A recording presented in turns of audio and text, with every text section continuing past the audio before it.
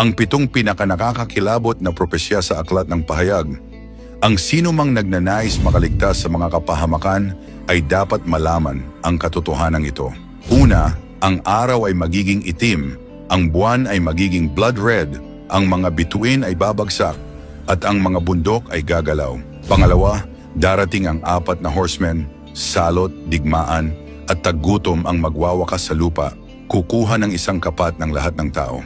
3, tutunog ang mga trumpeta, 1/4 ng dagat ay magiging dugo, ang mga puno at damo ay masusunog, at ang mga ilog ay magiging mapait. 6 na mananampalataya ay ipapakasakit.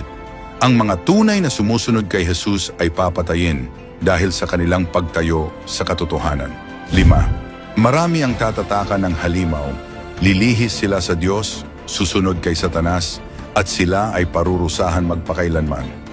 6, lalabas ang mga demonyo mula sa kailaliman, aalipusta sa sangkatauhan ng 5 buwan, magdudulot ng sakit na labis na hilingin ng tao ang kamatayan, ngunit hindi makamatay. 7, ang huling paghatol sa harap ng dakilang puting trono. Ang sinumang ang pangalan na wala sa aklat ng buhay ay ihahagis sa lawa ng apoy. Mga kaibigan, ang mga hulang ito ay hindi ginawa upang takutin tayo, kundi upang gisingin tayo, magsisi, lumakad sa katotohanan at lumayo sa kasalanan. Bago dumating ang paghahatol, handa ka bang mamuhay ng buhay na kalugod-lugod sa Diyos?